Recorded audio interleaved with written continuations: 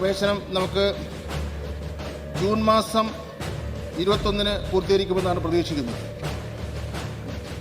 നമുക്ക് ജൂൺ മാസം 24-ാം തീയതി ക്ലാസ്സുകൾ ആരംഭിക്കാൻ കഴിയുമെന്നുള്ള നിലയിലാണ് മനസ്സിലാക്കുന്നത്. ഇതെല്ലാം സമയബന്ധമായി തന്നെ പോവുകയാണ് സാർ. പ്രഖ്യാപിച്ച സമയത്ത് തന്നെ കാര്യങ്ങൾ നടത്തിക്കൊണ്ട് പോകുന്നു.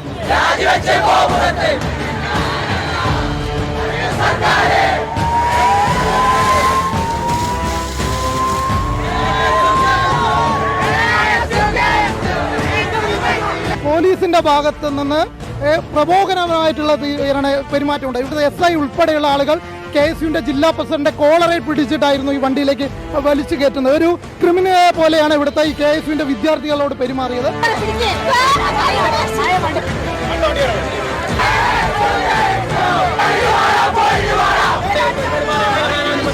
ഒരു പ്രകോപനവും ഉണ്ടാക്കാതെ വളരെ കൃത്യമായി സമരം നടത്തുമ്പോൾ ആ സമരത്തിന് പ്രകോപനമുണ്ടാക്കി സമരത്തിന്റെ ആവേശം തല്ലിക്കെടുത്താനാണ് ഈ പോലീസ് CPM-ന്റെയും LDF-ന്റെയും ഭാഗം പിടിച്ച ശ്രമമെങ്കിൽ ഇതിന്റെ 1000 സമരങ്ങൾ ഇനിയും ഈ തെരുവ് പോലീസും ഉൾപ്പെടെയുള്ള ആളുകൾ കാണേണ്ടി വരും.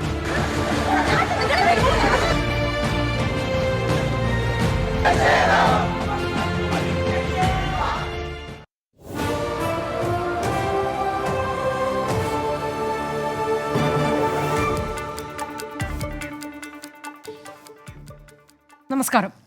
10ാം ക്ലാസ്സിൽ മുഴുവൻ വിഷയങ്ങളും A+ വാങ്ങിയ പല കുട്ടികൾക്കും ഇക്കുറിയും മലബാർ മേഖലയിൽ, പ്രത്യേകിച്ച് മലപ്പുറത്ത് സീറ്റില്ല. പതിറ്റാണ്ടുകളായി തുടർന്നു വരുന്ന പ്രതിസന്ധി ഇക്കുറിയും 3ാം ഘട്ട അലോട്ട്മെന്റിന് ശേഷവും അതിരൂക്ഷമാണ്. 32,140 കുട്ടികൾ മലപ്പുറത്ത് സീറ്റിനായി കാത്തിരിക്കുന്നു. ഇഷ്ടപ്പെട്ട വിഷയം, ഇഷ്ടപ്പെട്ട സ്കൂളിൽ പഠിക്കാൻ നല്ല മാർക്ക് വാങ്ങിയിട്ടും മലബാറിലെ കുട്ടികൾക്ക് കഴിയാതെ പോകുന്നതിന് ഉത്തരവാദി ആരാണ്? വിദ്യാഭ്യാസ അവകാശം നിഷേധിക്കാൻ സർക്കാരിനാകുമോ? ന്യൂസ് ഈവനിംഗ് വിശദമായി പരിശോധിക്കുന്നു. സ്വാഗതം.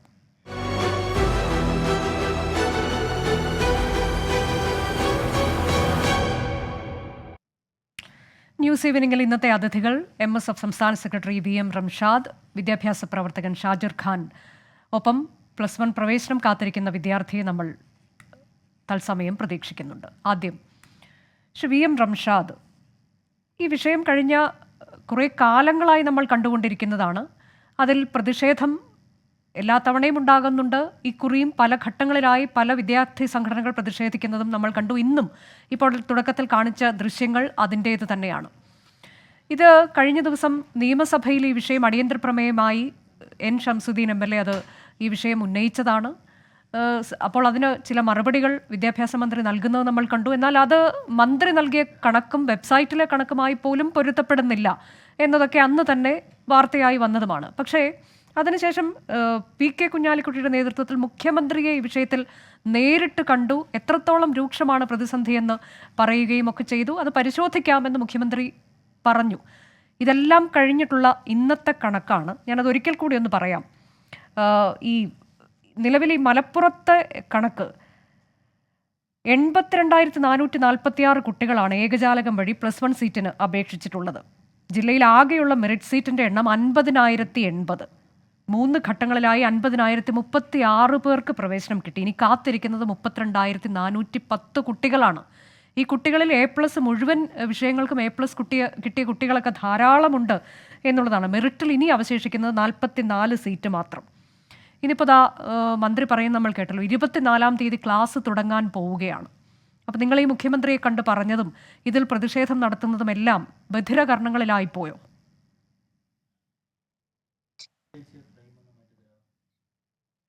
ഇവിടെ കേൾക്കുന്നുണ്ടല്ലോ അല്ലേ? കേൾക്കുന്നുണ്ടല്ലോ. ഇവിടെ നമ്മൾ മനസ്സിലാക്കേണ്ടത് ഈ വർഷത്തെ SSLC വിജയ ശതമാനം അത് ചരിത്രത്തിലെ തന്നെ ഏറ്റവും വലിയൊരു വിജയ ശതമാനമാണ്. കഴിഞ്ഞ വർഷവും സമാനമായ വിജയ ശതമാനം ഉണ്ടായിരുന്നു, അതിന് മുമ്പൊക്കെ ഉണ്ടായിരുന്നു. ഈ വിജയ ശതമാനം ഉണ്ടാവുമ്പോൾ പല CPM 99.69%. പലരും പറഞ്ഞത് അത് ഗവൺമെന്റിന്റെ എന്തോ ഒരു വലിയ നേട്ടമാണ് എന്ന രൂപത്തിലാണ് പല ഇടതുപക്ഷ പ്രൊഫൈലുകളും ആ വിജയത്തെ ആഘോഷിക്കുന്നത് കണ്ടത്. യഥാർത്ഥത്തിൽ ഈ വിജയം എന്ന് പറയുന്നത് ഗവൺമെന്റിന്റെ നേട്ടമാണോ? ഒരിക്കലുമല്ല. ഒരു കുട്ടി കഷ്ടപ്പെട്ട് പഠിച്ച് നല്ല മാർക്ക് വാങ്ങി ജയിക്കുമ്പോൾ അത് തീർച്ചയായിട്ടും അവന്റെ അധ്വാനത്തിന്റെ ഫലമാണ്, അവന്റെ രക്ഷിതാക്കളുടെ അധ്വാനത്തിന്റെ ഫലമാണ്, അവരുടെ അധ്യാപകരുടെ അധ്വാനത്തിന്റെ ഫലമാണ്. അവര് വലിയ സ്വപ്നങ്ങൾ, ജീവിതത്തിൽ ഉന്നതങ്ങളിലേക്ക് എത്തണമെന്ന് വലിയ സ്വപ്നങ്ങൾ കണ്ട് അവര് കഷ്ടപ്പെട്ട് പഠിച്ച് വലിയ മാർക്ക് വാങ്ങി ജയിക്കുന്നു. അങ്ങനെ ജയിക്കുന്ന കുട്ടികൾക്ക് ഇവിടെ ഗവൺമെന്റിന്റെ ഉത്തരവാദിത്തം എന്താണ്? അങ്ങനെ ജയിക്കുന്ന കുട്ടികൾക്ക് അവർക്ക് തുടർ പഠനത്തിനുള്ള സാഹചര്യം ഉണ്ടാക്കി കൊടുക്കുക എന്നതാണ് ഒരു ഗവൺമെന്റിനെ സംബന്ധിച്ചിടത്തോളം അവരുടെ ഉത്തരവാദിത്തം എന്ന് പറയുന്നത്. ഗവൺമെന്റ് ഈ ഉത്തരവാദിത്തം നിർവഹിക്കുന്നുണ്ടോ എന്നതാണ് ചോദ്യം. ഇല്ല എന്നത് വളരെ സങ്കടത്തോടുകൂടി കേരളത്തിലെ ജനത കണ്ടുകൊണ്ടിരിക്കുന്ന ഏറ്റവും ദയനീയമായ ഒരു സാഹചര്യമാണ് നിലവിൽ നമുക്ക് കേരളത്തിൽ കാണാൻ വേണ്ടി കഴിയുന്നത്. എന്ന് വെച്ചാൽ full A+ ലഭിച്ച വിദ്യാർത്ഥികൾ പോലും ഇഷ്ടപ്പെട്ട കോഴ്സ് പഠിക്കാൻ കഴിയാതെ, ഇഷ്ടപ്പെട്ട സ്കൂളിൽ പഠിക്കാൻ കഴിയാതെ കണ്ണീർ പൊഴിക്കുന്ന ഒരു സാഹചര്യം കേരളത്തിൽ നമ്മൾ, പ്രത്യേകിച്ച് മലബാറിൽ, മലപ്പുറം ജില്ലയിൽ നമ്മൾ കണ്ടുകൊണ്ടിരിക്കുകയാണ്. നോക്കൂ, full A+ നേടി ജയിക്കുക എന്ന് പറയുന്നത് ആ കുട്ടി എത്ര കഷ്ടപ്പെട്ടിട്ടാണ് പഠിച്ചിട്ടുണ്ടാവുക, ഏതെല്ലാം സാഹചര്യങ്ങളെയാണ് ആ കുട്ടി അതിജീവിച്ചിട്ടുണ്ടാവുക. എന്നിട്ട് ആ കുട്ടി കാണുന്നത് അങ്ങനെ full A+ നേടുന്നത് എന്തിനാണ്? ഇഷ്ടപ്പെട്ട കോഴ്സ് പഠിക്കണം, ഇഷ്ടപ്പെട്ട സ്കൂളിൽ അഡ്മിഷൻ നേടണം, അതിനുവേണ്ടിയാണ് കഷ്ടപ്പെട്ട് പഠിക്കുന്നത്, മാർക്ക് വാങ്ങുന്നത് അതിനു വേണ്ടിയാണ്. അങ്ങനെ പഠിച്ച് മാർക്ക് വാങ്ങി ജയിച്ചിട്ടും ആ കുട്ടിക്ക് ഇഷ്ടപ്പെട്ട സ്കൂളിൽ പഠിക്കാൻ കഴിയുന്നില്ല എന്ന് പറയുന്നത്, അഡ്മിഷൻ പോലും ലഭിക്കാതെ full A+ നേടിയ കുട്ടികൾ പുറത്തിരിക്കുന്നു എന്ന് പറയുന്നത് എത്ര ദയനീയമായ സാഹചര്യമാണ് കേരളത്തിൽ നിലവിലുള്ളത് എന്നത് നമ്മൾ മനസ്സിലാക്കേണ്ട കാര്യമാണ്. ഇന്നിപ്പോ മലപ്പുറത്തു നിന്ന് വരുന്ന ഏറ്റവും സങ്കടകരമായ വാർത്ത എന്താണെന്ന് വെച്ചാൽ 15,000 കുട്ടികൾ പുറത്താണ്. 15,000 കുട്ടികൾ ഉറപ്പായും, ഈ മന്ത്രി പറയുന്നത് പോലെ അൺഎയ്ഡഡിന്റെ കണക്കെടുത്താൽ തന്നെയും 15,000-ഓളം കുട്ടികൾ പുറത്തു നിൽക്കുന്ന +1 SSLC പരീക്ഷയിൽ ഉന്നത വിജയം നേടി +1 പഠിക്കാൻ കഴിയാതെ പുറത്തു നിൽക്കുന്ന ഒരു സാഹചര്യമാണ് ഇപ്പൊ മലപ്പുറത്ത് കാണാൻ കഴിയുന്നത്. ഈ രൂപത്തിൽ +1 സീറ്റ് കുട്ടികൾക്ക് കൊടുക്കുന്നതിൽ വിദ്യാഭ്യാസം, സൗജന്യ വിദ്യാഭ്യാസം കൊടുക്കേണ്ട വിദ്യാഭ്യാസ രംഗത്ത് വലിയ വിപ്ലവകരമായ മാറ്റങ്ങൾ നടത്തിയ ഒരു ഗവൺമെന്റ്, ആ ഗവൺമെന്റ് +1 സീറ്റ് വിദ്യാർത്ഥികൾക്ക് കൃത്യമായി കൊടുക്കുന്ന കാര്യത്തിൽ വലിയ പരാജയമായിരിക്കുന്നു എന്നതാണ് ഇതിൽ ഞങ്ങൾക്ക് MSF സൂചിപ്പിക്കാനുള്ളത്. ഇത് പറയുമ്പോൾ, ഞങ്ങൾ ഇത് വിഷയം ഉന്നയിച്ച് സമരം ചെയ്യുമ്പോൾ ഞങ്ങളെ കലാപകാരികൾ എന്നാണ് വിദ്യാഭ്യാസ മന്ത്രി വിളിച്ചത്. കലാപകാരികൾ എന്ന് വിളിക്കുന്നത് വിദ്യാഭ്യാസ മന്ത്രി എന്ന് പറയട്ടെ, അദ്ദേഹത്തിന്റെ ഒരു നിലവാരം അനുസരിച്ച് അദ്ദേഹം അത് പറയട്ടെ. പക്ഷേ എന്തൊക്കെ വന്നാലും, എന്തൊക്കെ വിളിച്ചാലും, എന്തെല്ലാം അധിക്ഷേപങ്ങൾ ഈ വിദ്യാഭ്യാസ മന്ത്രി CPM, LDF, MSF-നെതിരെ പറഞ്ഞാലും ഈ കുട്ടികളുടെ, നീതി നിഷേധിക്കപ്പെട്ട ഈ കുട്ടികളുടെ അവകാശ സംരക്ഷണത്തിന് വേണ്ടി അവസാനം വരെ പൊരുതുമെന്ന് തന്നെയാണ് MSF-ന് ഈ വിഷയത്തിൽ സൂചിപ്പിക്കാനുള്ളത്. ഒരു കാര്യം അതുമായി ബന്ധപ്പെട്ട് അതോടൊപ്പം തന്നെ ചേർത്ത് പറയാനുള്ളത്, വിദ്യാഭ്യാസ മന്ത്രിയുടെ വിചിത്രമായ ഒരുപാട് വാദങ്ങളാണ്. കഴിഞ്ഞ തവണ വിദ്യാഭ്യാസ മന്ത്രി പറഞ്ഞത് എന്താണ്, ഈ +1 SSLC പരീക്ഷയ്ക്ക് ജയിച്ച കുട്ടികൾ അവര് ഇഷ്ടപ്പെട്ട കോഴ്സ് തന്നെ എടുക്കണമെന്ന് വാശി പിടിക്കുന്നതാണ്. കഴിഞ്ഞ ദിവസം വിദ്യാഭ്യാസ മന്ത്രി പറഞ്ഞത് ഇഷ്ടപ്പെട്ട കോഴ്സ് എടുക്കണം, അത് തന്നെ കിട്ടണമെന്ന് വാശി പിടിക്കരുത് എന്നാണ് വിദ്യാഭ്യാസ മന്ത്രി പറഞ്ഞത്. എന്ന് വെച്ചാൽ ഒരു ഡോക്ടർ ആവണമെന്ന് ആഗ്രഹിച്ച് കഷ്ടപ്പെട്ട് പഠിച്ച ഒരു കുട്ടി, അവൻ നല്ല മാർക്ക് വാങ്ങി സർക്കാരിനോട് സീറ്റ് എവിടെയെന്ന് ചോദിക്കുമ്പോൾ നിനക്ക് ഇഷ്ടപ്പെട്ട കോഴ്സ് ഒന്നും തരാൻ കഴിയില്ല, ഞങ്ങൾ പറയുന്ന കോഴ്സ് പഠിച്ചാൽ മതി എന്ന് പറയുന്ന ധാർഷ്ട്യം. ഈ തവണ വിദ്യാഭ്യാസ മന്ത്രി പറഞ്ഞത് ഇഷ്ടപ്പെട്ട സ്കൂളിൽ അഡ്മിഷൻ കിട്ടണമെന്ന് വാശി പിടിക്കുന്നതാണ്. എന്ന് വെച്ചാൽ ഈ കുട്ടി പഠിക്കുന്ന നല്ല അക്കാഡമിക്കൽ നിലവാരമുള്ള ഒരു സ്കൂളിൽ ഒരു കുട്ടി പഠിക്കണം, ഒരു സർക്കാർ സ്കൂളിൽ ഒരു കുട്ടി പഠിക്കണം എന്ന് ആഗ്രഹിക്കുമ്പോൾ ആ കുട്ടിയോട് പറയണം അതൊന്നും നടക്കില്ല, ഞങ്ങൾ പറയുന്ന സ്കൂൾ പഠിച്ചാൽ മതി എന്ന് പറയുന്ന ധാർഷ്ട്യം. ഇത്തരത്തിൽ വിചിത്രമായ വാദങ്ങൾ ഈ കഷ്ടപ്പെട്ട് പഠിച്ച് സീറ്റില്ലാതെ കണ്ണീർ പൊടിക്കുന്ന കുട്ടികളോട് ഏറ്റവും ധാർഷ്ട്യത്തോടെ അവരെ പരിഹസിക്കുന്ന ഗവൺമെന്റിന്റെ ഈ സമീപനം അത് തിരുത്തണം. അത് തിരുത്തുന്നതുവരെയുള്ള ശക്തമായ പ്രക്ഷോഭ പരിപാടികൾ MSF ഉണ്ടാവുമെന്നാണ് എനിക്ക് സൂചിപ്പിക്കാനുള്ളത്. ഷാജിർ ഖാൻ, ഇപ്പോൾ ഈ വിദ്യാർത്ഥികളുടെ കഠിനാധ്വാനത്തെ കാണാതെ പോകരുത് എന്ന് കഴിഞ്ഞ ദിവസം മുഖ്യമന്ത്രി പറഞ്ഞത് മറ്റൊരു വിഷയത്തിലാണ്, നീറ്റുമായി ബന്ധപ്പെട്ട വിഷയത്തിലാണ് മുഖ്യമന്ത്രി അങ്ങനെ ഒരു പരാമർശം നടത്തിയത്. അത് തീർച്ചയായും സ്വാഗതാർഹമായ ഒരു പരാമർശമാണ്. കാരണം കുട്ടികൾ കഷ്ടപ്പെട്ട് പഠിച്ച് പരീക്ഷ എഴുതുന്ന കുട്ടികളാണ് ഭൂരിഭാഗവും. നീറ്റിൻ്റെ കാര്യത്തിലും അതുപോലെ മറ്റെല്ലാ പരീക്ഷയുടെ കാര്യത്തിലും അങ്ങനെ തന്നെയാണ്. അത് 10ാം ക്ലാസ്സും അത് തന്നെയാണ്. അങ്ങനെ കഷ്ടപ്പെട്ട് പഠിച്ച് പരീക്ഷ എഴുതി മുഴുവൻ വിഷയങ്ങൾക്കും A+ ഒക്കെ നേടിയ കുട്ടികളുടെ അവസ്ഥയാണ് ഇപ്പോൾ നമ്മൾ ഈ പറയുന്ന കണക്ക്. അത് ഇപ്പോൾ ഈ ഒരു വർഷം മാത്രം കേൾക്കുന്ന കണക്കല്ല, താങ്കൾക്ക് അത് കൃത്യമായി അറിയാവുന്നതുമാണ്. എല്ലാ വർഷവും പതിറ്റാണ്ടുകളായി നമ്മൾ മലബാർ മേഖലയിൽ നിന്ന്, മലപ്പുറത്ത് നിന്നൊക്കെ കേൾക്കുന്ന കണക്കാണിത് ഈ ഒരു സമയമാകുമ്പോൾ. അപ്പോൾ ഇത് ഒരു തരത്തിൽ ഇതൊരു വിദ്യാഭ്യാസ അവകാശത്തിന്റെ നിഷേധം തന്നെയല്ലേ ശ്രീ ഷാജിർ ഖാൻ? പ്രവേശന കവാടമാണ് +2 കോഴ്സുകൾ. പക്ഷേ +1 പ്രവേശനം കഴിഞ്ഞ ഏതാനും വർഷങ്ങളായി ക്രൈസിസിലാണ്. ഒരേ പ്രശ്നം തന്നെയാണ് ആവർത്തിച്ച് വരുന്നത്. അതായത് പല അർഹതപ്പെട്ട കുട്ടികൾക്ക്, അർഹരായ വിദ്യാർത്ഥികൾക്ക് അർഹതപ്പെട്ട സീറ്റുകൾ കിട്ടാതെ പോകുന്നു. അവർക്ക് ഉന്നത പഠനത്തിന് +1 പ്രവേശനം നേടാൻ കഴിയാതെ പോകുന്നു. കഴിഞ്ഞ വർഷവും ധാരാളം വിദ്യാർത്ഥികൾക്ക് അക്കാഡമിക്കായിട്ട് അവർക്ക് താല്പര്യമുള്ള, ഒരുപക്ഷെ വളരെ A+ കിട്ടിയ വിദ്യാർത്ഥികൾക്ക് പോലും അവർ ഉദ്ദേശിക്കുന്ന വിധത്തിലുള്ള ക്ലാസ്സിലോ സ്കൂളിലോ പോകാൻ പറ്റാത്ത സാഹചര്യം ഉണ്ടായിട്ടുണ്ട്. അപ്പൊ ആ പ്രശ്നത്തിന് പരിഹാരം ഉണ്ടാക്കാൻ ഏതാനും വർഷങ്ങൾക്ക് മുമ്പ് തന്നെ ഒരു കമ്മീഷനെ നിയോഗിക്കുകയും ഈ കാർത്തികേയൻ നായർ സാർ കമ്മീഷനായിട്ടുള്ള ഒരു കമ്മിറ്റി റിപ്പോർട്ട് വന്നു. അതിന് മുമ്പ് മറ്റു 2 റിപ്പോർട്ടുകൾ വന്നു. ആ റിപ്പോർട്ടുകളെല്ലാം അടിസ്ഥാനപ്പെടുത്തി ചില നടപടികൾ എടുക്കണമെന്ന് ആവശ്യപ്പെട്ടിരുന്നു. ആ നടപടി എന്ന് പറഞ്ഞാൽ ഒന്നാമതായിട്ട് ഒരു മാപ്പിംഗ് നടത്തണമെന്നാണ് ആവശ്യപ്പെട്ടിരുന്നത്. മാപ്പിംഗ് എന്ന് പറഞ്ഞാൽ ഇപ്പൊ മലബാർ മേഖലയിൽ, ഇപ്പൊ മലപ്പുറം പോലെയുള്ള ചില സ്കൂളുകളിൽ ധാരാളം ആപ്ലിക്കൻസ് ഉണ്ട്. പക്ഷെ അവർക്ക് അഡ്മിഷൻ കൊടുക്കാൻ നിർവാഹമില്ല. കാരണം അവിടെ ഇൻഫ്രാസ്ട്രക്ചർ ഇല്ല, അവിടെ ബാച്ചസ് ഇല്ല, അവിടെ സീറ്റുകൾ അവൈലബിൾ അല്ല. അപ്പൊ ആവശ്യമായ സീറ്റുകളും അഡീഷണൽ ബാച്ചസും അനുവദിക്കണം. അത് എവിടെ അനുവദിക്കണം എന്നതിനെ സംബന്ധിക്കുന്ന ഒരു ഒബ്ജക്റ്റീവ് ആയിട്ടുള്ള സ്റ്റഡി നടത്തി, ഒരു മാപ്പിംഗ്, സ്കൂൾ മാപ്പിംഗ് നടത്തി അതിന്റെ അടിസ്ഥാനത്തിൽ അനുവദിക്കണമെന്ന് നേരത്തെ തീരുമാനിച്ചതാണ്. അപ്പോൾ ഈ അധ്യയന വർഷം SSLC റിസൾട്ട് വന്നതിന് ശേഷം ഉടലെടുത്ത ഒരു പുതിയ പ്രതിഭാസത്തെ കുറിച്ചല്ല നമ്മൾ പറയുന്നത്. നമ്മൾ തീർച്ചയായിട്ടും മെയ് മാസം ചർച്ച ചെയ്തതാണ്. ഇതിൽ SSLC റിസൾട്ട് വന്നപ്പോൾ തന്നെ ഇത്രയും ഏറെ കൂടുതൽ വിദ്യാർത്ഥികൾ A+ കിട്ടി വരുന്നു എന്ന സാഹചര്യം വരുമ്പോൾ സ്വാഭാവികമായും ആദ്യം അങ്കലപ്പുണ്ടാകുന്ന കാര്യം നമുക്ക് +1 സീറ്റ് അവർക്ക് അഡ്മിഷൻ കൊടുക്കാൻ കഴിയില്ലല്ലോ എന്ന പ്രശ്നമാണ്. അപ്പൊ ആ പ്രശ്നം അഡ്രസ് ചെയ്യാൻ ഒരു നടപടിയും വിദ്യാഭ്യാസ വകുപ്പ് എടുത്തില്ല എന്നതാണ് ഏറ്റവും കുറ്റകരമായിട്ടുള്ള കാര്യം. അന്നും വിദ്യാഭ്യാസ മന്ത്രിയുടെ ശ്രദ്ധയിൽപ്പെടുത്തി.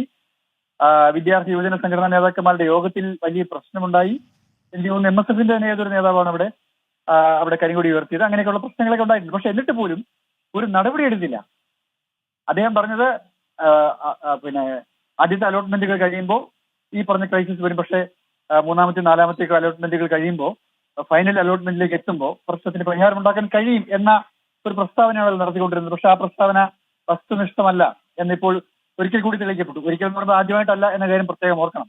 കഴിഞ്ഞ വർഷവും നമ്മൾ ഒരു പക്ഷേ ഇതേ വിഷയം ഇതേ മാസത്തിൽ മെയ് ജൂൺ മാസങ്ങളിൽ നമ്മൾ വളരെ ഗൗരവപ്പെട്ട കാലം കുറേ ആയിട്ടുള്ളതാണല്ലോ ഷാജിർ ഖാൻ. ഇപ്പോൾ ഈ കമ്മിറ്റികളെ കുറിച്ച് താങ്കൾ പറയുമ്പോൾ അതിൽ തന്നെ 2 കമ്മിറ്റികൾ പ്രധാനമായും ലെബ്ബ കമ്മിറ്റി റിപ്പോർട്ടുണ്ട്.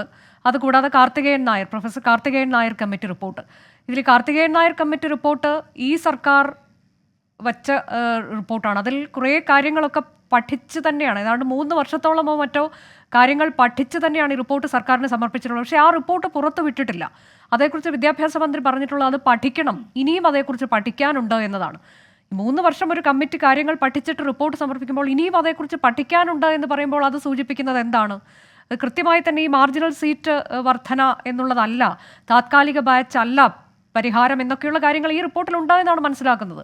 പക്ഷേ അതിൽ നടപടിയില്ല. ഇനി ലെബ്ബ കമ്മിറ്റി റിപ്പോർട്ടിൻ്റെ കാര്യം, അത് മുൻപ് ഉമ്മൻചാണ്ടി സർക്കാരിൻ്റെ കാലത്ത് ആണ് അത്തരമൊരു കമ്മിറ്റിയുടെ റിപ്പോർട്ടൊക്കെ വന്നത്. പക്ഷേ അത് ആ സർക്കാർ തന്നെ അട്ടിമറിക്കുന്ന കാഴ്ച നമ്മൾ കണ്ടു. അതായത് ഈ കുട്ടികളുടെ എണ്ണവുമായി ബന്ധപ്പെട്ട് 40 കുട്ടികൾ 1:40 അധ്യാപക അനുപാതം 1, ഒരു അധ്യാപകന് 40 കുട്ടികൾ, അതിനപ്പുറത്തേക്ക് പാടില്ല എന്ന് പറയുന്നത് അത് 50 ആക്കി തന്നെ ആ സർക്കാർ അത് മാറ്റുന്നു. ഇപ്പോഴത് 65, ചില ക്ലാസ്സുകൾക്ക് 70 എന്നാണ് പറയുന്നത്. അപ്പോൾ ഈ മാറി മാറി വരുന്ന സർക്കാരുകൾ ഇത് അട്ടിമറിക്കുന്നു എന്നുള്ളതാണ്. റഷാദ്, അതിലേക്കാണ് ഞാൻ വരുന്നത്. ഇപ്പോൾ നമ്മൾ ഏതെങ്കിലും ഒരു സർക്കാരിനെ മാത്രം കുറ്റപ്പെടുത്തിയിട്ട് കാര്യമില്ല.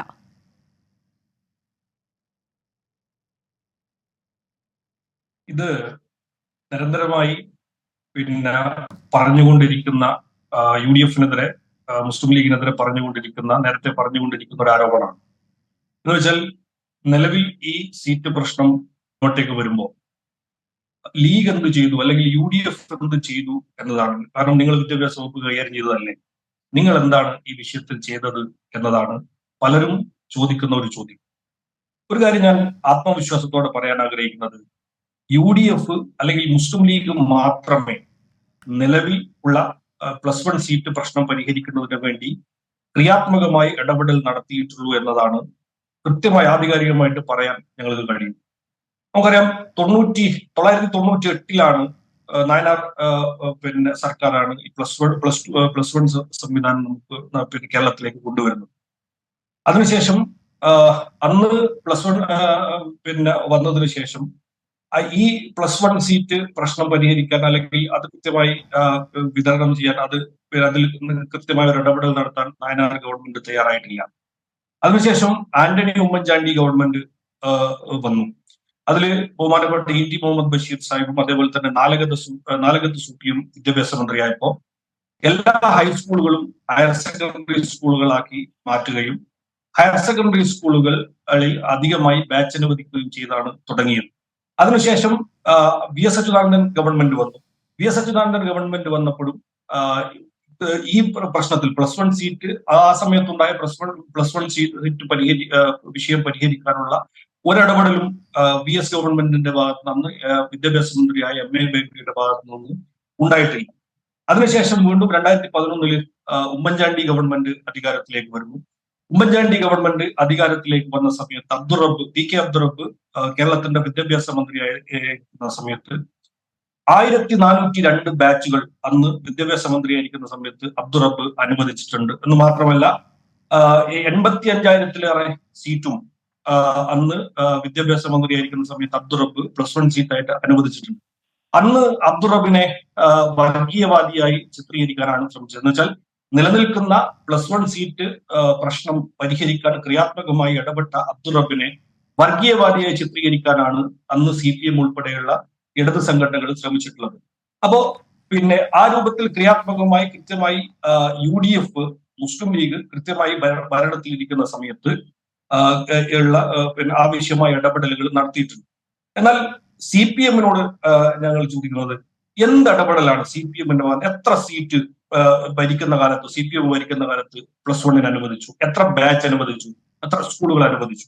ഇത് ചോദിച്ചാൽ 0 എന്ന് തന്നെയാണ് അവർക്ക് പറയാനുള്ള ഉത്തരം. എന്ന് വെച്ചാൽ വെറുതെ വലിയവായി വർത്തമാനം പറയാനല്ലാതെ ക്രിയാത്മകമായി ഈ വിഷയം പരിഹരിക്കാനുള്ള ഒരിടപെടലും LDF-ന്റെ ഭാഗത്തു നിന്ന് CPM-ന്റെ ഭാഗത്തു നിന്ന് ഉണ്ടായിട്ടില്ല എന്നതാണ് അതിന്റെ ഒരു വസ്തുത എന്ന് പറയുന്നത്. ഇപ്പോ നേരത്തെ താങ്കൾ ബഹുമാനപ്പെട്ട ആങ്കർ സൂചിപ്പിച്ചതുപോലെ നോക്കൂ, 65 കുട്ടികളും 70 കുട്ടികളൊക്കെ ഒരു ക്ലാസ്സിൽ പഠിക്കുന്ന ഒരു സാഹചര്യം. എന്താ ആ ക്ലാസിന്റെ അവസ്ഥയൊന്നും ആലോചിച്ചു. അല്ല, ഇതിപ്പോ അതാണ് ഞാൻ പറഞ്ഞത്. ഈ ലെബ കമ്മിറ്റി വന്നത് എപ്പോഴാണ്? ഉമ്മൻചാണ്ടി സർക്കാരിന്റെ കാലത്താണ് ലെബ കമ്മിറ്റി റിപ്പോർട്ട്, അത് കാര്യങ്ങൾ പഠിച്ച് നിർദ്ദേശങ്ങൾ സമർപ്പിക്കാൻ വേണ്ടി സർക്കാർ തന്നെ നിയോഗിച്ചൊരു കമ്മിറ്റിയായിരുന്നു.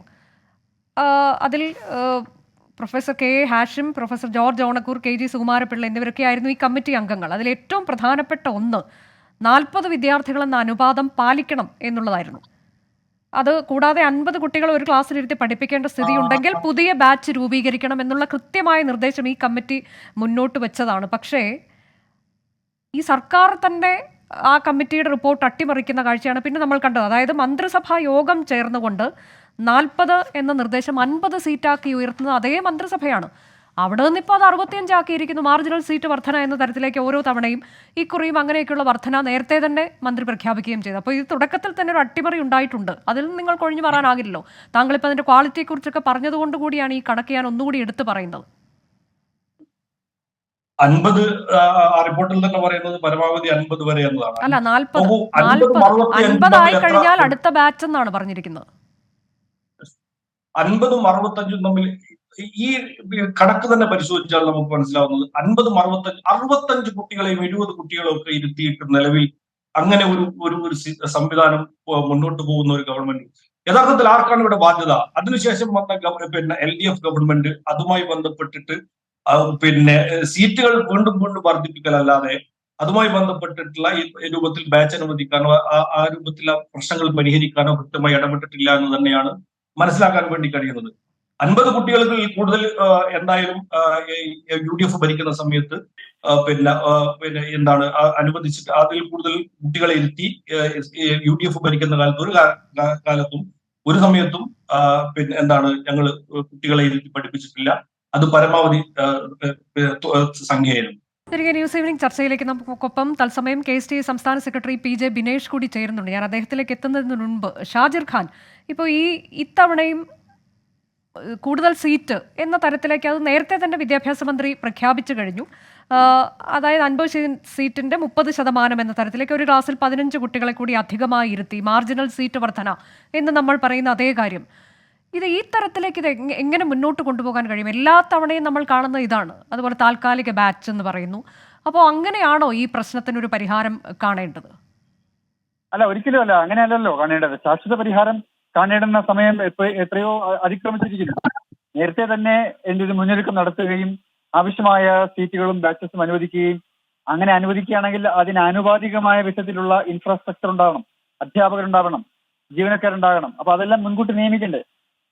അതെല്ലാം ഇങ്ങനെ തട്ടിക്കൂട്ടി കൊണ്ടുപോവുക, അങ്ങനെയുള്ള ഒരു ഇൻഫ്രാസ്ട്രക്ചർ ഉണ്ടാക്കാതിരിക്കുക, ആവശ്യമായ തസ്തികകൾ അനുവദിക്കാതിരിക്കുക. പിന്നെ എങ്ങനെയാണ് അപഗണിക്കാൻ പറ്റുന്നത്? ഈ പറഞ്ഞ പോലെ ഒരു മാർജിനൽ ഇൻക്രീസ് എന്ന പേരിൽ കുറച്ച് സീറ്റുകൾ കൂട്ടി അവിടെ ഒരു ക്ലാസ്സിൽ 40 സ്ഥാനത്ത് 50, 55, 60, 65, 70, 75 വരെ കുട്ടികൾ ഇപ്പോൾ ചില ക്ലാസ്സുകളിൽ ഇരിക്കേണ്ടി വരുന്ന ഒരു സാഹചര്യം വരുന്നത് അങ്ങനെയാണ്.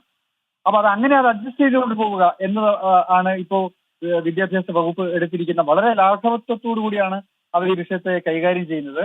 ആ ലാഘവ സമീപനം യഥാർത്ഥത്തിൽ വിദ്യാഭ്യാസത്തിന്റെ ക്വാളിറ്റി ആണ് ഇല്ലാതാക്കുന്നത്. അപ്പൊ വിദ്യാഭ്യാസ അവകാശത്തെ ഇല്ലാതാക്കുന്നു. വിദ്യാർത്ഥികൾക്ക് പഠിക്കാനുള്ള അവരുടെ എല്ലാ അവകാശങ്ങളെയും അത് എടുത്തു കളയുന്നു. അതോടൊപ്പം അങ്ങനെ ഈ പറഞ്ഞ റേഷ്യോയിൽ എങ്ങനെയാണ് അധ്യാപകർക്ക് ക്ലാസ് എടുക്കാൻ പറ്റുക?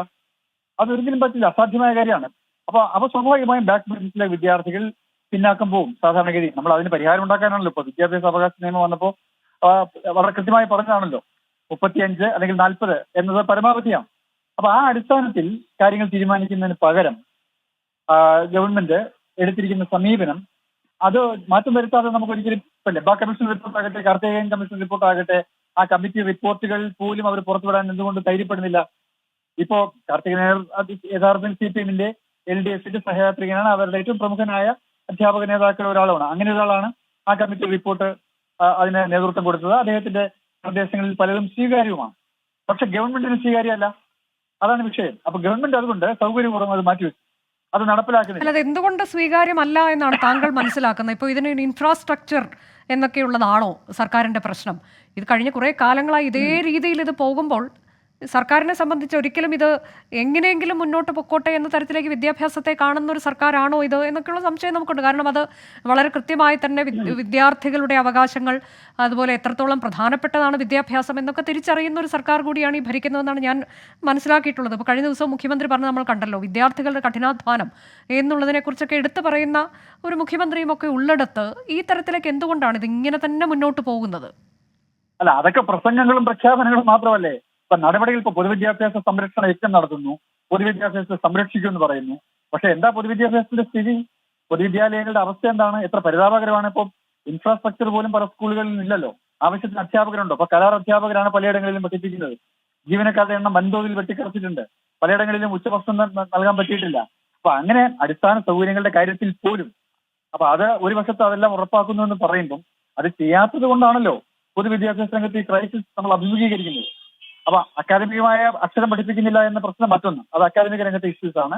അതവിടെ നിൽക്കട്ടെ. അത് വിദ്യാഭ്യാസത്തിന്റെ നിലവാര തകർച്ച ഇതിനകം സൃഷ്ടിച്ചു കഴിഞ്ഞു. പക്ഷെ നമ്മൾ ഹയർ സെക്കൻഡറിയിലേക്ക് വരുമ്പോൾ ഹയർ സെക്കൻഡറിയിലെ വിദ്യാർത്ഥികൾക്ക് ഇപ്പൊ 32,000-ഓളം വിദ്യാർത്ഥികൾക്ക് അവരെവിടെ പഠിക്കും എന്ന ചോദ്യത്തിന് ഗവൺമെന്റിന്റെ ഉത്തരം എന്താണ്? പൊതുവിദ്യാഭ്യാസ വകുപ്പിന് അതിന് പരിഹാരം നിർദ്ദേശിക്കുന്നത് എങ്ങനെ കഴിയും? അപ്പൊ ഇങ്ങനെയൊക്കെ ഈ പറയുന്ന 65, 70 വെച്ച് നിർത്തിയിട്ട് പോലും അവിടെ വിദ്യാർത്ഥികൾക്ക് അഡ്മിഷനെ കൊടുക്കാൻ പറ്റുന്നില്ല. അവർക്ക് തുടർ വിദ്യാഭ്യാസം അസാധ്യമാണ് എന്ന നിലയിലേക്ക് കാര്യങ്ങൾ എത്തിയല്ലോ. അപ്പൊ അവിടെ വിദ്യാർത്ഥികളുടെ കഠിനാധ്വാനത്തെ പറ്റി പ്രസംഗിക്കുന്നത് കൊണ്ട് എന്ത് കാര്യമാണുള്ളത്? അങ്ങനെ അദ്ദേഹം പ്രസംഗിച്ചില്ലെങ്കിലും കുഴപ്പമൊന്നുമില്ല. പക്ഷേ പ്രസംഗിക്കുന്നതിനേക്കാൾ പ്രധാനമാണ് ആവശ്യമായ നടപടികൾ സ്വീകരിക്കുക എന്നുള്ളത്.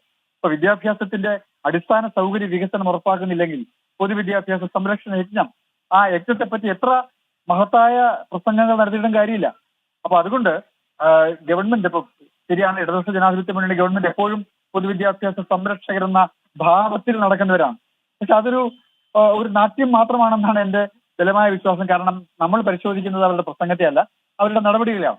അപ്പൊ അതുകൊണ്ട് 1ാം ക്ലാസ് മുതൽ അല്ലെങ്കിൽ പ്രീ പ്രൈമറി മുതൽ ഹയർ സെക്കൻഡറി വരെയുള്ള നമ്മളുടെ സംസ്ഥാനത്തെ സ്കൂൾ വിദ്യാഭ്യാസത്തിന്റെ നിലവാരം, അതിന്റെ ഭൗതിക സാഹചര്യങ്ങളുടെ അവസ്ഥാവിശേഷം, ഇതെല്ലാം നമ്മൾ ഒബ്ജക്റ്റീവായിട്ട് പരിശോധിച്ചാൽ അത് ക്രമേണ താഴേക്ക് പോവുകയാണ്. അപ്പൊ ആ പ്രശ്നത്തിന് പരിഹാരം കാണാതെ ആവശ്യത്തിന് അധ്യാപകരെ നിയമിക്കാതെ, ഞാൻ നേരത്തെ ചോദിച്ച ഈ കാർത്തികേയൻ കമ്മിറ്റി റിപ്പോർട്ട് എന്തുകൊണ്ട് നടപ്പിലാക്കുന്നില്ല എന്ന് ചോദിച്ചാൽ ഒറ്റക്കാരനേ ഉള്ളൂ. അതിനുവേണ്ടി ഫണ്ട് അനുവദിക്കാൻ ഗവൺമെന്റ് തയ്യാറാകുന്നില്ല. പുതിയ അധ്യാപകരെയോ അനധ്യാപകരെയോ നിയമിക്കുവാനോ ഇതിനാവശ്യമായ ഇൻഫ്രാസ്ട്രക്ചർ ഡെവലപ്പ് ചെയ്യാൻ ആവശ്യമായ ഫണ്ട് നൽകാൻ ഉദ്ദേശിക്കുന്നില്ല. ചില സ്കൂളുകൾ PTA ഫണ്ട് ഉപയോഗിച്ചാണ്. ഇപ്പോൾ SMCകൾ, സ്കൂൾ മാനേജ്മെന്റ് കമ്മിറ്റി എന്ന് പറഞ്ഞ രക്ഷാകർത്താക്കളും നാട്ടുകാരും കൂടി ചേർന്ന് നടത്തുന്ന സ്കൂളുകളുണ്ട് ചിലയിടങ്ങളിൽ. പക്ഷെ അത് കേരളത്തിലെ 12,800 13,000-ഓളം സ്കൂളുകൾക്ക് അത് അസാധ്യമാണ്. എല്ലാ സ്കൂളുകൾക്കും അത് കഴിയില്ല. അപ്പൊ അതുകൊണ്ട് തന്നെ പാർശ്വവൽക്കരിക്കപ്പെട്ട പല സ്കൂളുകളും ഇപ്പൊ ആദിവാസി മേഖലകളിലൊക്കെ പ്രവർത്തിക്കുന്ന സ്കൂളുകൾ പലതും അടച്ചുപൂട്ടുകയാണ്. അപ്പൊ ആ ക്രൈസിസിലേക്ക് പോവാണ്. അപ്പൊ സ്വാഭാവികമായും സ്കൂളുകൾ മെർജ് ചെയ്യുന്നു. അപ്പൊ സ്കൂളുകളുടെ ലയനം എന്ന് പറയുന്ന, സ്കൂൾ കോംപ്ലക്സുകൾ എന്ന് പറയുന്ന ദേശീയ വിദ്യാഭ്യാസ നയത്തിൽ ഏറ്റവും അപകടകരമായ ഒരു നയത്തിലേക്ക് പോവാണ്. അപ്പൊ ഉള്ള അധ്യാപകർ വെച്ച്, ഉള്ള ഇൻഫ്രാസ്ട്രക്ചർ വെച്ച് കുറച്ച് സ്കൂളുകൾ നടത്തിക്കൊണ്ടു പോവുക എന്ന് പറയുമ്പം അവിടെ മെർജിങ് വേണ്ടി വരും. അപ്പൊ അവിടെ റേഷ്യോ 1:30 അല്ലെങ്കിൽ 40 എന്നുള്ളത് നടപ്പാക്കാൻ പറ്റുന്നില്ല. അപ്പൊ അവിടെ 65-ഉം 70-ഉം എന്ന അടിസ്ഥാനത്തിലേക്ക് പോകും. അതാണ് ഇപ്പൊ സംഭവിച്ചുകൊണ്ടിരിക്കുന്നത്. പക്ഷെ അപ്പോൾ പോലും 10,000-കണക്കിന് വിദ്യാർത്ഥികൾക്ക് ഹയർ സെക്കൻഡറി അഡ്മിഷൻ ഒരു സ്വപ്നം മാത്രമായി അവശേഷിക്കാൻ പോകുന്നു എന്നതാണ് ഈ അധ്യയന വർഷവും നമ്മൾ നേരിടാൻ പോകുന്ന പ്രശ്നം. അത് കഴിഞ്ഞ വർഷത്തെ പ്രശ്നങ്ങളുടെ തുടർച്ചയാണ്. അതിനകത്ത് പുതുതായി ഒന്നും കൂട്ടിച്ചേർക്കാനില്ല. കഴിഞ്ഞ വർഷങ്ങളിൽ എനിക്ക് തോന്നുന്നു, ഞാൻ തന്നെ ഈ വിഷയത്തിൽ കഴിഞ്ഞ 5-8 വർഷമായി ഒരേ വ്യത്യസ്ത ചാനലുകളിൽ സംസാരിക്കുന്നു. പിന്നെ ഗവൺമെന്റിന് സമർപ്പിച്ചുള്ള മെമ്മോറാണ്ടങ്ങൾ, ഇപ്പൊ ഞങ്ങൾ കഴിഞ്ഞ വർഷങ്ങളിൽ കൊടുത്ത മെമ്മോറാണ്ടം പരിശോധിച്ചു. ആ മെമ്മോറാണ്ടം തന്നെ ചില്ലറ വ്യത്യാസം, ഡേറ്റ് മാത്രം മാറ്റി കൊടുത്താൽ മതി. കാരണം ബാക്കി എല്ലാ നിർദ്ദേശങ്ങളും കഴിഞ്ഞ വർഷം പറഞ്ഞ കാര്യങ്ങൾ തന്നെയാണ്. അതിലൊരു വ്യത്യാസം വന്നിട്ടില്ല. തിരികെ ന്യൂസ് ഈവനിംഗ് ചർച്ചയിലേക്ക്. റഷാദ്, ഇപ്പോൾ ഈ നേരത്തെ തന്നെ സീറ്റ് വർധനവ് എന്നുള്ളത് വിദ്യാഭ്യാസ മന്ത്രി ഉത്തരവിട്ടതാണ്.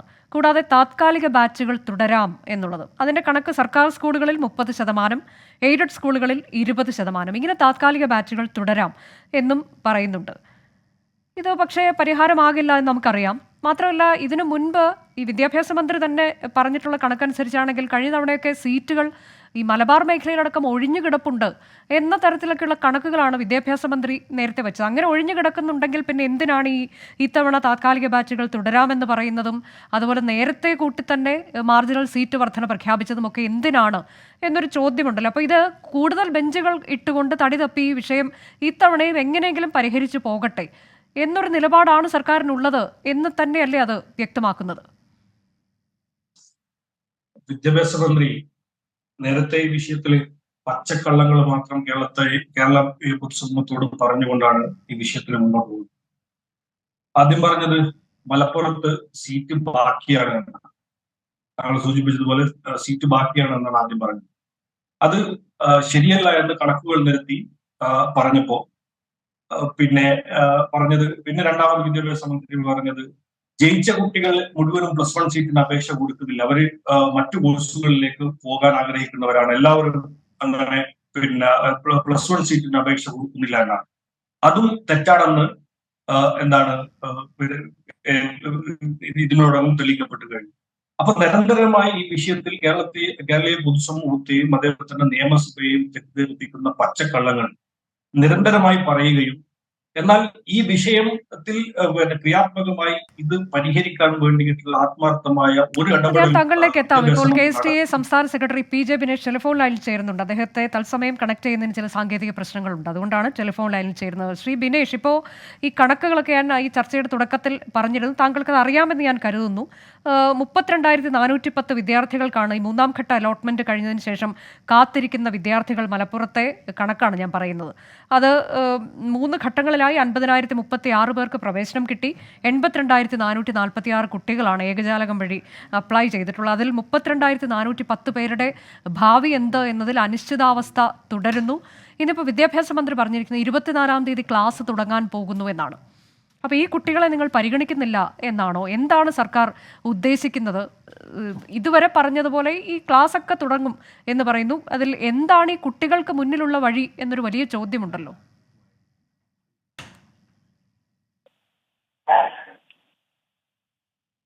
അനുജ, ഇവിടെ കേരളത്തിലെ ഗവൺമെന്റ് അസന്നിഗ്ധമായി പ്രഖ്യാപിച്ച ഒരു കാര്യമുണ്ട്. ഞാൻ പറയുന്നത് കേൾക്കാമോ? കേൾക്കാം, പറഞ്ഞോളൂ. ഓക്കെ. 10ാം ക്ലാസ്സിൽ നിന്നും ഉപരിപഠനത്തിന് യോഗ്യത നേടുന്ന മുഴുവൻ കുട്ടികളുടെയും പഠനാവസരം ഉറപ്പുവരുത്തുമെന്ന് പലതവണ ആവർത്തിച്ച് കേരളത്തിന്റെ പൊതുവിദ്യാഭ്യാസ വകുപ്പ് മന്ത്രിയും മുഖ്യമന്ത്രിയും പ്രഖ്യാപിച്ചിട്ടുള്ളതാണ്. ഇപ്പൊ കഴിഞ്ഞ ദിവസം നിയമസഭയിൽ ഉൾപ്പെടെ മലപ്പുറത്ത് മാത്രം എടുത്ത് നമ്മൾ പരിശോധിച്ചാൽ ഹയർ സെക്കൻഡറിയിൽ 71,036 സീറ്റും വൊക്കേഷണൽ ഹയർ സെക്കൻഡറിയിൽ 2850 സീറ്റും ITIകളിലായി 5484 സീറ്റും പോളിടെക്നിക്കുകളിലായി 880 സീറ്റും ഇപ്പൊ നിലവിൽ ലഭ്യമാണ്. അതിനു പുറമെ ഓൾ കേരള വഴി രജിസ്റ്റർ ചെയ്ത് പഠിക്കുന്ന കുട്ടികളും ഇന്നത്തെ അന്തരീക്ഷത്തിലുണ്ട്. മാത്രമല്ല നമ്മൾ കാണേണ്ടത് സർക്കാർ സ്കൂളുകളിൽ 30%, അതുപോലെ തന്നെ എയ്ഡഡ് സ്കൂളുകളിൽ 20% മാർജിനൽ സീറ്റ് വർധനവ് ഗവൺമെന്റ് നേരത്തെ പ്രഖ്യാപിച്ചിട്ടുണ്ട്. ആവശ്യമെങ്കിൽ എയ്ഡഡ് സ്കൂളുകളിൽ ഉൾപ്പെടെ 10% കൂടി അധികമായും ഈ സാധ്യത ഉപയോഗപ്പെടുത്താവുന്നതാണ്. നമ്മള് കേരളത്തിൽ എല്ലാ വർഷവും 10ാം ക്ലാസ്സും ഈ സീറ്റ് വർധന, അതായത് മാർജിനൽ സീറ്റ് വർധന, അതുപോലെ താത്കാലിക ബാച്ച്, ഇതാണോ ഇതിനുള്ള പ്രശ്ന പരിഹാരം? അല്ല, പരിപൂർണമായിട്ടുള്ള പ്രശ്നപരിഹാരം ഇതല്ല. നമ്മൾ കാണേണ്ട വിഷയം എന്താണ് പരിപൂർണമായിട്ടുള്ള പ്രശ്ന പരിഹാരം എന്നാണ് താങ്കൾ കരുതുന്നത് ശ്രീ ബിനേഷ്? 10ാം ക്ലാസ് വരെയുള്ള പഠന രീതിയല്ല ഹയർ സെക്കൻഡറിയിലേത്. അവിടെ വിഷയ വൈവിധ്യങ്ങളുണ്ട്, 50ഓളം വരുന്ന വിഷയ കോമ്പിനേഷനുകളുണ്ട്. ഓരോ കുട്ടിക്കും 10ാം ക്ലാസ്സിൽ നിന്നും ഉപരിപഠനത്തിന് കോഴ്സുകൾ തിരഞ്ഞെടുക്കുമ്പോൾ അവരവരുടെ പൂർണ്ണമായും താല്പര്യം ഉൾക്കൊണ്ടുകൊണ്ടുള്ള ഒരു ഉപരിപഠനം എന്ന് പറയുന്നത് പൂർണ്ണമായും സാധ്യമാക്കണമെങ്കിൽ കുറച്ച് വർഷം കൂടി കേരളത്തിൽ എടുക്കും. അതിനോട് തർക്കമില്ല. ഇവിടെ നമ്മൾ കാണേണ്ടത് കേരളത്തിൽ ഇപ്പൊ താങ്കൾ പറഞ്ഞതുപോലെ ഇപ്പോ ഇഷ്ടമുള്ള വിഷയം പഠിക്കാൻ ഈ മുഴുവൻ വിഷയത്തിനും A+ കിട്ടിയ കുട്ടികൾക്ക് പോലും ഈ മേഖലകളിൽ കഴിയുന്നില്ല എന്നത് എത്ര ദൗർഭാഗ്യകരമാണ് ശ്രീ ബിനേഷ്. അങ്ങനെയല്ല ഞാൻ പറഞ്ഞത്. അത് മാത്രമല്ല, ഇതിലിപ്പോൾ വിദ്യാഭ്യാസ മന്ത്രി പറഞ്ഞിട്ടുള്ള ഒരു കാര്യം കൂടി ഞാൻ താങ്കൾ ശ്രദ്ധയിൽപ്പെടുത്തിയിട്ട് താങ്കൾക്ക് മറുപടി പറയാം. ഇപ്പൊ ഈ VHSCയുടെ കാര്യമൊക്കെ താങ്കൾ പറയുന്നുണ്ടല്ലോ, അതുപോലെ പോളിടെക്നിക്, ഇങ്ങനെയൊക്കെയുള്ള കോഴ്സുകളിലേക്ക് +1 ചേരാൻ ആഗ്രഹിക്കുന്ന കുട്ടികൾ സീറ്റ് ഇല്ലാത്ത പക്ഷം ITIകളിലും പോളിടെക്നിക്കുകളിലും ചേരണം എന്നുള്ളൊരു വാദം കൂടി, അതിന് വിചിത്രവാദമായിട്ടാണ് എനിക്ക് തോന്നുന്നത്. അങ്ങനെ ഒരു വാദം കൂടി വിദ്യാഭ്യാസ മന്ത്രി ഉന്നയിക്കുന്നത് കേട്ടിട്ടുണ്ട്. ഇതൊക്കെയാണോ ന്യായം? ഇതാണോ ശരിയായ രീതി? വിദ്യാഭ്യാസ മന്ത്രിയുടെ വിചിത്രവാദമല്ല, മറിച്ച് അസ്വസ്ഥതകള്, ആശങ്കകള് മുതലെടുക്കാൻ വേണ്ടിയുള്ള ഹീനമായ രാഷ്ട്രീയ താല്പര്യമാണ് ഇതിന്റെ പുറകിലുള്ളത്. ഇവിടെ നമ്മൾ കാണേണ്ടത് എന്താ, കഴിഞ്ഞ വർഷം അല്ല, ഇതിലെന്ത് മുതലെടുക്കലാണോ എന്ന് എനിക്ക് മനസ്സിലാവുന്നില്ല. ഇപ്പോ എനിക്ക് ഇന്ന വിഷയം പഠിക്കാനാണ് താല്പര്യം എന്നൊരു കുട്ടി, ആ കുട്ടിക്ക് ഒരു വിഷയം പഠിക്കാൻ താല്പര്യമുണ്ട്, മുഴുവൻ വിഷയങ്ങൾക്കും A+ കിട്ടിയില്ലെങ്കിലും ഇന്ന വിഷയം പഠിക്കണം എന്ന് പറയുമ്പോൾ, അല്ല നിങ്ങൾ പോയി പോളിടെക്നിക്കൽ ചേരൂ എന്ന് പറയുന്നതാണോ ശരി? അതാണോ ഒരു സർക്കാരിന്റെ രീതി? അങ്ങനെയല്ല പറയുന്നത്. 10ാം ക്ലാസ്സിൽ നിന്നും ഉപരിപഠനത്തിന് യോഗ്യത നേടുന്ന എല്ലാ കുട്ടികളുടെയും തുടർ പഠനാവസരം ഉറപ്പുവരുത്തുക എന്നതാണ് ഈ LDF സർക്കാരിന്റെ പ്രാഥമിക ലക്ഷ്യം. ആദ്യഘട്ടം. കഴിഞ്ഞ വർഷം ഇതുപോലുള്ള വിദണ്ഡവാദഗതികളും വലിയ ആക്ഷേപങ്ങളും ഒക്കെ ഉണ്ടായെങ്കിലും +1 പ്രവേശനത്തിന്റെ ഏകജാലക പ്രവർത്തനങ്ങളെല്ലാം പൂർത്തീകരിച്ചു കഴിഞ്ഞപ്പോ കേരളത്തിൽ 5008 സീറ്റ് ഒഴിഞ്ഞു കിടന്നു. ഇതൊരു യാഥാർത്ഥ്യമാണ്.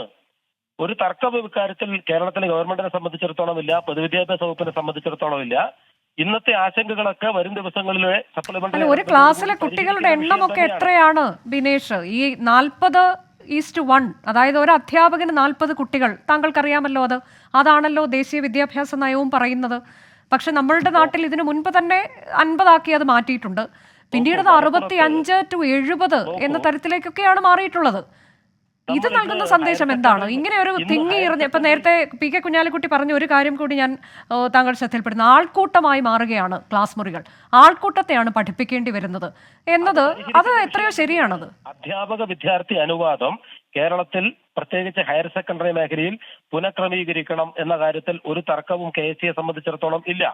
പക്ഷെ നമ്മൾ കാണേണ്ടത് ആദ്യഘട്ടം എല്ലാ കുട്ടികൾക്കും പഠന തുടർച്ച ഉറപ്പുവരുത്തൽ, അത് പ്രഥമ പരിഗണന കൊടുക്കുന്ന ഒരു ഗവൺമെന്റ്.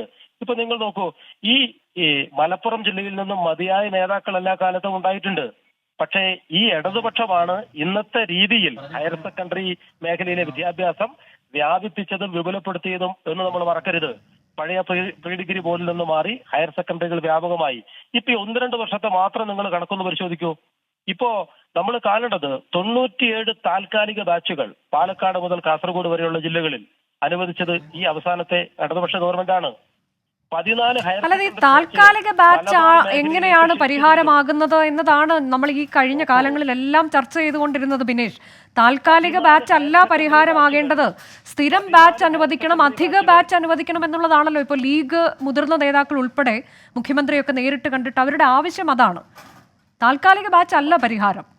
താൽക്കാലിക ബാച്ചല്ല, പക്ഷെ ഹയർ സെക്കൻഡറിയിൽ നമ്മൾ കാണേണ്ടത് ഇപ്പൊ കേരളത്തിന്റെ വിദ്യാഭ്യാസ മേഖലയ്ക്കകത്തെ പ്രധാനപ്പെട്ട നിയമങ്ങളാണല്ലോ KER-ഉം അതുപോലെ തന്നെ ഹയർ സെക്കൻഡറി സ്പെഷ്യൽ റൂളും സബോർഡിനേറ്റ് റൂളുകളുമല്ല. ഇന്നേ വരെ കേരളത്തിൽ ഹയർ സെക്കൻഡറി മേഖലയുമായി ബന്ധപ്പെട്ട് അധ്യാപക വിദ്യാർത്ഥി അനുവാദം പാലിച്ചുകൊണ്ടോ തസ്തികാ നിർണയം ഉറപ്പുവരുത്തിക്കൊണ്ടോ ഉള്ള പ്രവർത്തനങ്ങൾ കേരളത്തിൽ നടന്നിട്ടില്ല. അതിന് പ്രാഥമികമായി തുടക്കം കുറിച്ചത് കേരളത്തിലെ ഈ ഇടതുപക്ഷ ഗവൺമെന്റാണ്. ഇപ്പൊ നമ്മൾ കാണേണ്ടത് കഴിഞ്ഞ വർഷം തന്നെ കേരളത്തിന്റെ പൊതുവിദ്യാഭ്യാസ രംഗത്ത് കുട്ടികളുടെ എൻറോൾമെന്റിനകത്ത് ഏതാണ്ട് 2 ലക്ഷത്തോളം കുട്ടികളുടെ കുറവുണ്ട്.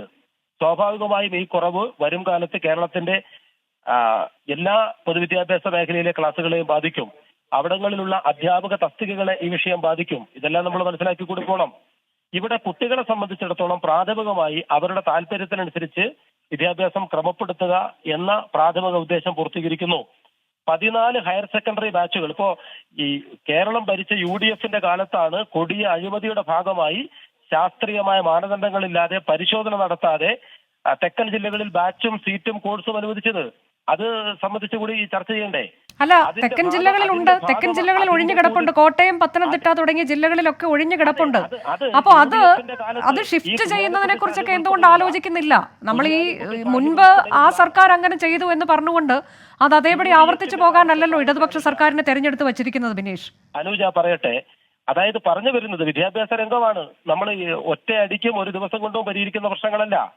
യാതൊരു മാനദണ്ഡങ്ങളുമില്ലാതെ അശാസ്ത്രീയമായ കോഴ്സും ബാച്ചും കൊടുത്തതിന്റെ ഭാഗമായി അനുഭവിക്കേണ്ടി വന്ന ഗതികേട്, അതിന്റെ ഭാഗമായിട്ടാണ് തെക്കൻ ജില്ലകളിൽ നിന്നും 14 ഹയർ സെക്കൻഡറി ബാച്ചുകൾ മലബാർ മേഖലയിലെ മലപ്പുറത്തേക്ക് ഷിഫ്റ്റ് ചെയ്തത് ഇടതുപക്ഷ ഗവൺമെന്റാണ്.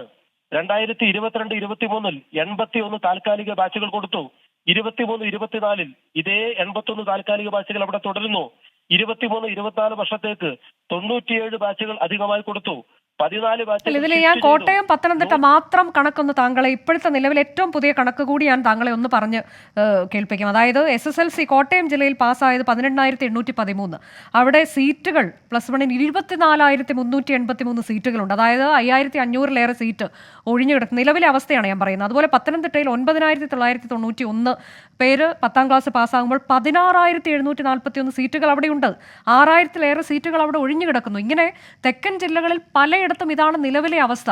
അപ്പൊ ഇതെന്ത് ചെയ്യാൻ കഴിയും? ഇവിടെ 32,000-ലേറെ കുട്ടികൾക്ക് സീറ്റില്ല എന്നൊരു കാര്യമാണ് നമ്മൾ ചർച്ച ചെയ്തുകൊണ്ടിരിക്കുന്നത്. ബനേഷ്, പറയാനൊരു അവസരം കൂടി, ഇത് പറയുന്നത് കേൾക്കൂ. അമിതാവേശം ഇവിടെ എടുത്തിട്ട് കാര്യമില്ല. സവിശേഷ സാഹചര്യത്തിൽ ആവശ്യത്തിലേറെ സീറ്റ് ഇന്ന് കേരളത്തിലുണ്ട്. പക്ഷേ ഈ സീറ്റുകൾ അനുവദിച്ചതിലെ അപാകതയാണ് ഇവിടെ പ്രശ്നം. അത് ശാസ്ത്രീയമായി പുനഃക്രമീകരിക്കുന്നത് സംബന്ധിച്ച് പഠനം നടത്താൻ മുൻ higher secondary director professor V. Karthikeyan Nair അധ്യക്ഷനായിട്ടുള്ള സമിതിയെ നിയമിച്ചത് ഈ ഗവൺമെന്റ് ആണ്. ആ റിപ്പോർട്ട് പരിശോധിച്ചു വരുന്നു. ഒരു തർക്കവും അക്കാര്യത്തിലില്ല. അപ്പൊ അതുകൊണ്ട് അശാസ്ത്രീയമായി ഇടപെടുന്നതുകൊണ്ട് താങ്കൾ ക്ഷമിക്കണം. ഈ റിപ്പോർട്ട് കഴിഞ്ഞ വർഷം തന്നെ സർക്കാരിന് സമർപ്പിച്ചതാണല്ലോ. 3 വർഷമോ മറ്റോ പഠിച്ചു കഴിഞ്ഞ് റിപ്പോർട്ട് സമർപ്പിച്ചു. അതിൽ താൽക്കാലിക ബാച്ച് അല്ല പരിഹാരമെന്ന് എടുത്തു പറയുന്നുണ്ട്. പക്ഷേ തെറ്റാണ്. അടിസ്ഥാനരഹിതമായ കാര്യങ്ങൾ പറയരുത്. ഈ കഴിഞ്ഞ വർഷമാണ് കേരളത്തിന്റെ വിവിധ ഓഫീസുകളിൽ ഇതുമായി ബന്ധപ്പെട്ട കാർത്തികേയൻ നായർ സമിതി സിറ്റിംഗ് നടത്തി അതുമായി ബന്ധപ്പെട്ട റിപ്പോർട്ട് സമർപ്പിച്ചില്ലേ? നമ്മൾ മനസ്സിലാക്കേണ്ടത് ഗവൺമെന്റ് റിപ്പോർട്ട് സമർപ്പിച്ചിട്ടുണ്ട്. പക്ഷെ വിദ്യാഭ്യാസ മന്ത്രി പറഞ്ഞു അതിൽ ഇനി പഠിക്കാനുണ്ട് എന്നാണ് പറഞ്ഞത്. ദിനേശ്, നോക്കൂ, കേരളത്തിന്റെ പൊതുവിദ്യാഭ്യാസ മേഖല ഏകീകരണത്തിലേക്ക് പോകുന്നു. നമ്മൾ പരിശോധിക്കണം. ദേശീയ വിദ്യാഭ്യാസ നയത്തിന്റെ ഭാഗമായി കേരളത്തിൽ വരുത്തേണ്ട മാറ്റങ്ങൾ, അതുപോലെ തന്നെ ഏകീകരണത്തിന്റെ ഭാഗമായി രൂപപ്പെടുത്തേണ്ട പുതിയ ക്രമങ്ങൾ, ഇതെല്ലാം സംബന്ധിച്ച് സമഗ്രമായ പരിശോധന നടത്താനും KER-ഉം ആവശ്യമായിട്ടുള്ള എല്ലാ സ്പെഷ്യൽ റൂളുകളും ഭേദഗതി ചെയ്യാനും പൊതുവിദ്യാഭ്യാസ സെക്രട്ടറിയെ ചുമതലപ്പെടുത്തി മുന്നോട്ട് പോകുന്നു കേരളത്തിലെ LDF സർക്കാർ.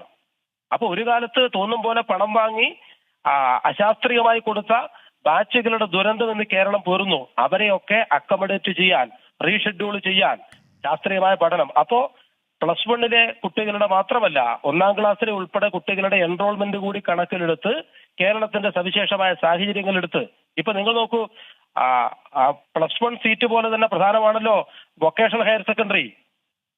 ഇന്ത്യയുടെ ചരിത്രത്തിൽ ആദ്യമായി ഏറ്റവും മികച്ച നിലയ്ക്ക് സ്കിൽ ഡെവലപ്മെന്റ് സെന്ററുകൾ, അതായത് ബ്ലോക്ക് അടിസ്ഥാനത്തിൽ, പഞ്ചായത്ത് അടിസ്ഥാനത്തിൽ ഒക്കെ ആരംഭിക്കാനിരിക്കുന്ന സ്കിൽ ഡെവലപ്മെന്റ് സെന്ററുകൾ, അതിന്റെയൊക്കെ പ്രവർത്തനം രാജ്യത്ത് ആരംഭിച്ച് സജീവമായി മുന്നോട്ട് പോകുന്ന ഏക സംസ്ഥാനം കേരളമാണ്. 14 ജില്ലകളിലും അത് ആരംഭിച്ചു, ഏറ്റവും നൂതനമായ കോഴ്സുകൾ. അപ്പോ തൊഴിൽ സാധ്യത കൂടി മുന്നിൽ കണ്ടുകൊണ്ട് 10ാം ക്ലാസ്സിൽ നിന്നും ഉപരിപഠനത്തിന് യോഗ്യത നേടുന്ന മുഴുവൻ കുട്ടികൾക്കും അവരവർക്ക് ആവശ്യമായ കോഴ്സുകൾ തിരഞ്ഞെടുക്കാനുള്ള സാധ്യത കേരളത്തിലുണ്ട്. പക്ഷേ ഇപ്പോൾ നമുക്കറിയാം, ഇപ്പോൾ ഇത് ഇന്ന് മാത്രം സംഭവിക്കുന്ന ഒരു വിഷയമല്ല. കേരളത്തോടുള്ള കേന്ദ്ര സർക്കാരിന്റെ സമീപനം, സാമ്പത്തികമായിട്ടുള്ള ഞെരുക്കം, അതിന്റെയൊക്കെ പശ്ചാത്തലത്തിൽ ഗവൺമെന്റ് കൂടുതൽ മുതൽ മുടക്കേണ്ടതുണ്ട്. പൊതുവിദ്യാഭ്യാസ രംഗത്ത് 10,000-കണക്കിന് കോടി നിക്ഷേപിച്ച് അല്ല, ഈ വിദ്യാഭ്യാസം എന്നുള്ളത് ഒരു വലിയ പരിഗണനയായി മാറണ്ടേ? ഇപ്പൊ കഴിഞ്ഞ ദിവസം പ്രതിപക്ഷ നേതാവ് നിയമസഭയിൽ പറയുന്നുണ്ടായിരുന്നു വിദ്യാഭ്യാസം എന്നുള്ളത് ഒരിക്കലും സർക്കാരിന്റെ മുൻഗണനയിൽ പെട്ടിട്ടില്ല എന്ന്. അത് ശരിയാണോ എന്ന് സംശയം തോന്നുന്ന തരത്തിലേക്കാണ് ഇപ്പോൾ ഇക്കുറിയും ഇതാ താൽക്കാലിക ബാച്ചും മാർജിനൽ സീറ്റ് വർധനയുമായി ഇക്കുറിയും മുന്നോട്ട് പോവുകയാണ്. അതല്ല പരിഹാരം. ഇത്തവണയെങ്കിലും ഇതിനൊരു ശാശ്വത പരിഹാരം ഉണ്ടാകണം എന്നത് കഴിഞ്ഞ തവണയൊക്കെ നമ്മൾ പറഞ്ഞു വെച്ചതാണല്ലോ ബിനേഷ്. അനുജ, വിദ്യാഭ്യാസത്തിന്റെ ഭൗതിക പശ്ചാത്തല സൗകര്യത്തിന് വേണ്ടി 10,000-കണക്കിന് കോടി മുതൽ മുടക്കുന്നു. ക്ലാസുകൾ ഹൈടെക് ആകുന്നു. 10.5 ലക്ഷത്തോളം കുട്ടികൾ പൊതുവിദ്യാലയങ്ങളിലേക്ക് എത്തിച്ചേരുന്നു. അധ്യാപകർക്കുൾപ്പെടെ പരിശീലനം നടത്തുന്നു, ക്ലസ്റ്ററുകൾ സംഘടിപ്പിക്കുന്നു, പാഠപുസ്തകം പരിഷ്കരിക്കുന്നു, ഉച്ചഭക്ഷണവും യൂണിഫോമും പാഠപുസ്തകവും എല്ലാം വിദ്യാലയം തുറക്കുന്നതിന് മുമ്പ് എത്തുന്നു. ഇതെല്ലാം പൊതുവിദ്യാഭ്യാസ സംരക്ഷണത്തിന്റെ ഭാഗമായാണ്. EGN തൊഴുത്ത് എന്ന് കേരളത്തിന്റെ പൊതുവിദ്യാഭ്യാസ മേഖലയെ കുറിച്ച് പറഞ്ഞത് UDF-ന്റെ കാലത്താണ്. മുസ്ലിം ലീഗ് ഈ വകുപ്പ് കൈകാര്യം ചെയ്യുമ്പോഴാണ്. കോൺഗ്രസിന്റെ മുഖപത്രം വീക്ഷണമാണ് അങ്ങനെ നിലപാട് സ്വീകരിച്ചത്, അല്ലേ? ആ EGN തൊഴുത്തിനെയാണ് ഒരു മഹത്തായ യജ്ഞത്തിലൂടെ ആവശ്യമായിട്ടുള്ള പുനഃക്രമീകരണം ശ്രീ റഷാദ്, താങ്കൾ ദയവേത് ടെലിഫോൺ ലൈനിൽ തുടരണം. റഷാദ്, ഇതിന് മറുപടി എന്താണ്? ഇതിനു മുൻപ് ചെയ്തിട്ടുള്ള അശാസ്ത്രീയമായ കാര്യങ്ങൾ അതെല്ലാം അതിന്റെയൊക്കെ ഭാരം പേറിക്കൊണ്ടാണ് ഈ സർക്കാർ ചില കാര്യങ്ങൾ നടപ്പിലാക്കാൻ ശ്രമിക്കുന്നത് എന്നാണ് പറയുന്നത്.